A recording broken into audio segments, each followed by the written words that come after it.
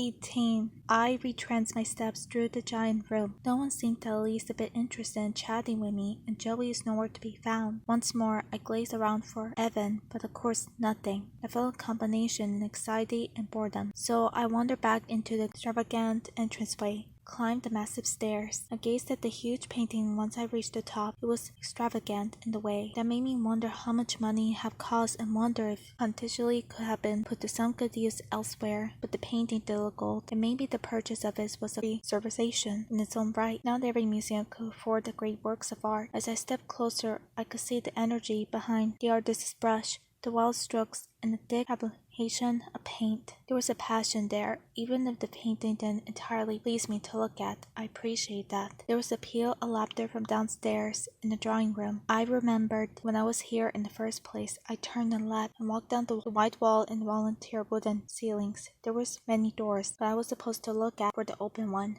in which I found. I peered around the doorway, and indeed was met the last sight of the library, in a beautiful vast room with the floor to ceiling, sheaves and all packed full in the books. I enjoyed books, though no one could ever call me a great reader. But seeing so many in one place was quite intimidating. How could anyone possibly read this much in one lifetime with a grand goal? And how odd, too, to enter a room full of the books in search of the television. It was like walking through a maze, as some shelves came right out into the center of the room, crane walls and knocks, crankies. There was a pair of the leather chairs. When I turned one corner with a large globe on a huge resin catters, they were standing between them, and around there I found a chessboard on the table with two wooden chairs on either side. Paused mid-game. One of the chairs was pushed back away from the table as if someone had left in the rush, or perhaps a hub like Ollie would have when he was losing at Johnson ladders. I saw the flickering blue light on the wall around the next corner. I felt satisfied. I finally found the television. I quickly made my way around the next bunk bed, and sure enough, there it was, quite small, smaller than one Joey had given my family, sitting on an elegant table. On the screen was that quiz show, the one that aired just before Joey Drew's show. The volume had turned all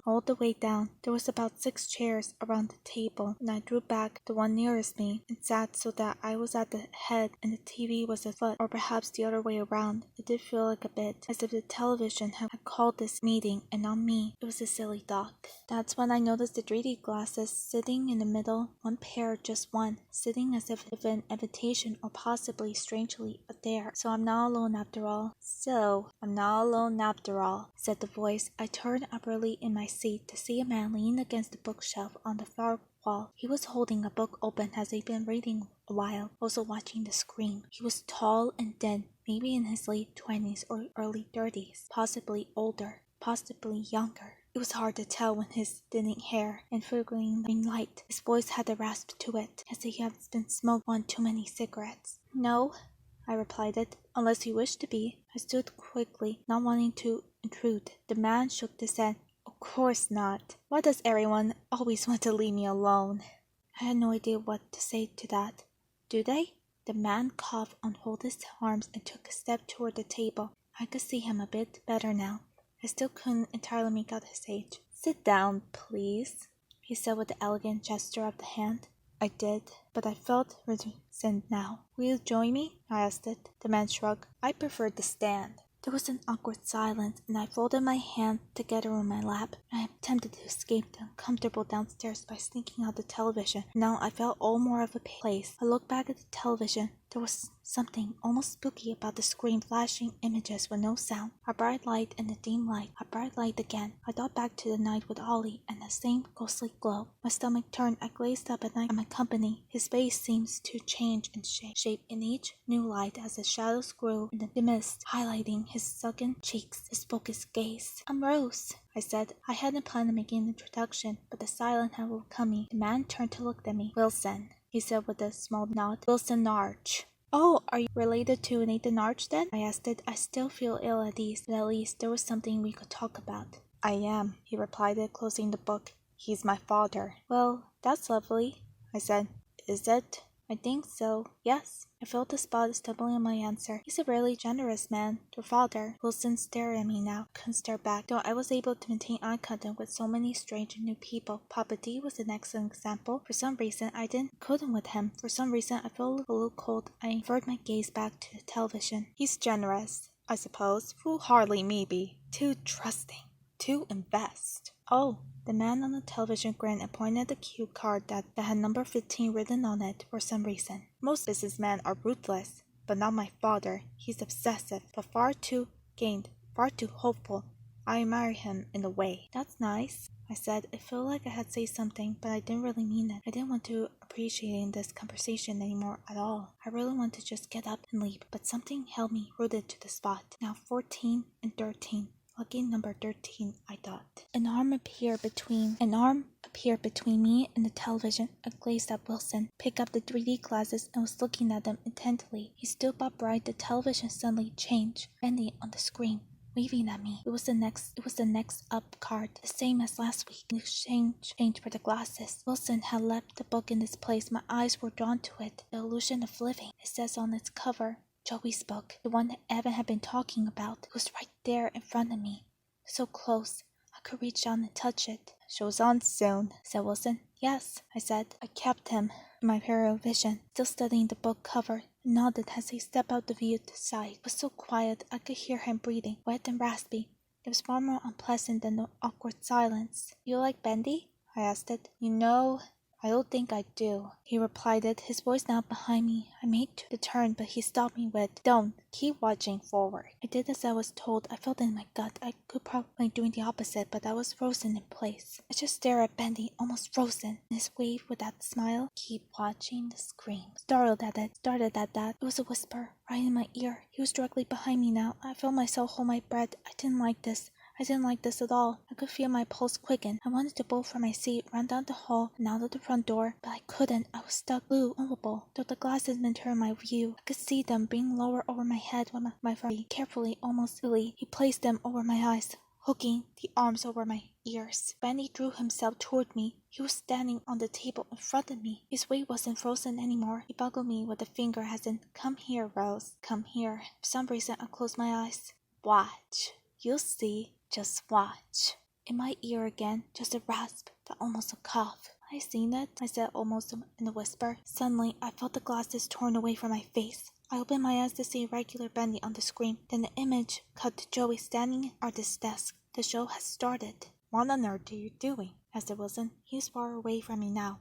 I felt the ability to move again. I stood and turned all in one motion, knocking over the chair. "Could ask you the same thing, Bob," said Evan. He was there, standing across the table, holding the glasses and staring absolute daggers at Wilson. "Evan!" "Rose, come on, let's get out of here," he said, pointing toward the exit. "But the show just started." I didn't mean to argue. I just wanted to leave more than anything, but I felt numb and kind of stupid all at once. "She wants to stay," said Wilson, reaching out for the glasses. Evan pushed him back, shoved him more, like a hard shove, a violent shove. I didn't mean that. In fact, it shook me inside me without any more introduction. I immediately turned and made my way hastily toward the exit. I looked back and saw Evan marching out not too far behind me. I felt good about that and stopped to wait for him in the hall. The brightness was welcoming and I could feel the cold air floating now, and we were out of confined space. It made me realize all the more how strange and unpleasant the entire installation with Wilson had been. It sent a shiver up my spine. Evan merged and walked past me, and somehow I knew I was about to fall in step with him. So I did. He still carried the 3D glasses with him. "Are you okay?" I asked it. He laughed, one of his very knowing laughs. "I'm not the one who—" He stopped then, so I did too. He seemed to think something and then turned to me. "Are you okay?" He genuinely looked concerned. It was quite nice of him. Indeed, very nice of him. "Yes," I said. He nodded, then he looked at the glasses in his hand for a long moment, so still thinking something, and then threw them onto the floor. There was a sound of glass cracking, but that wasn't good enough. It thumped hard on them. "Evan!" I cried out. "Your invention!" "Exactly. I made them. I can destroy them." "Is that what you want?" I stared at the poor things, all shattered glass and twisted metal. "It is." He looked back at me. "So, now we're even." "Even?" "You saved me. I saved you." I couldn't help but laugh a little, though he looked deadly serious. "I saved you from certain death, Evan. I don't think it was quite the same thing." "No, I agree," he said, starting to walk again. "This would have been far worse." I caught up to him at the top of the stairs under the massive painting. I had to grab his arm to stop him. and he turned and shook me up with a scowl. "You can't just walk off like that," I said. "Not after what you said." "I didn't have time to explain everything," he replied. "The time you already spent on this conversation is time you could have spent explaining everything," I replied. He shook his head and leaned in. "How about I don't want to do it here? Does that make me work an excuse for you?" I felt another shiver up my spine. They were following each other in the quick succession, like a waterfall flowing backward. Yes, I said. "Good. So let's leave, and then you can't," I added. Evan looked at me with an individual look, then the look of his. I couldn't tell he absolutely couldn't stand me, but I was just going to assume with a week we have that he liked me, or at least tolerated me. "Rose, not tonight. Not. I don't even quite know what I'm doing, okay?" He looked worn out suddenly, and I saw him differently then. Not this young man made of sharp edges and an even sharper tongue, but someone exhausted and drawn out, worked to the little bone. "There are my two favorite employees," called out an all too familiar voice. As one, we both turned to look down at the great staircase to Joey standing at the bottom like the fleet and musical arms outstretched up to us while striking a fine post. Either Evan or I say anything, we just stared. When we didn't move, Joey sprinted up to join us, taking the steps two at the time. He was barely for a man in his 50s. He was quite memorable. "Do you watch the show? Is it over yet?" He beamed at us. It was hard to not to smile back, so of course I did. "We started too," I standard. Joey nodded and gazed down the hall toward the library, then his brow furrowed. He stepped between us, pushed us apart without having to actually touch either of us. We moved to the moment he did, glinting out of respect for him. We walked down the hall and stared at the broken 3D glasses. I heard Evan taking a sharp breath beside me. Joey looked back up at us. "How did this happen?" he asked it. His voice was stern, like a parent asking his two naughty children who broke an expensive vase. I was struck silent. I had no interest in getting in the middle of these two men. Furthermore, well, I felt a strange kind of loyalty to Evan. He and I are more like a team now, in a way. Surely. Evan, for his part, shook up immediately. "They broke." Joey stared at Evan for a moment and then turned back to the glasses. Carefully, he bent over and gently picked them up, pulling the small pieces scattered around them on the floor. He placed the pieces of the glass in his jacket pocket and held the frame in his hand. Then he looked at us again. At Evan. "Did they?" he said. He made his way slowly back toward us, and Evan, still in his superhero mode, I suppose, soberly placed his hand on my arm, indicating I should move behind him, which I did, because honestly, Joey's intensely starting to truly scared me. "Of course," said Joey, arriving at Evan as they made each other eye to eye. "The question remains how?" Evan stared right back.